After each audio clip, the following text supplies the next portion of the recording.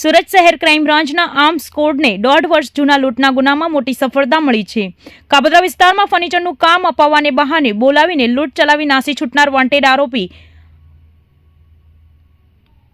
અલફરાન પઠાણને પોલીસે અમદાવાદથી ઝડપી પાડ્યો છે. મે 2024માં આરોપી અલફરાન પઠાણે તેના સાગરિકો કમલેશ જાટ અને સોનુ સ્વાઈ સાથે મળીને એક સુથારને ટાર્ગેટ બનાવ્યા હતા.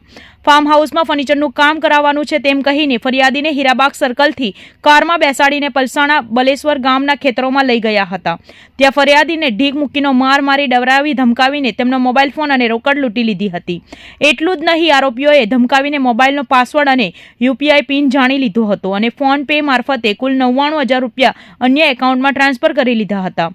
આ ગુનામાં સંડોવાયેલા અલફરાન પઠાણ પોતાની ધરપકડ ટાળવા અમદાવાદમાં છુપાઈને રહેતો હતો, જેની સામે કોર્ટે કલમ 70 મુજબનું વોરંટ પણ જાહેર કર્યું હતું.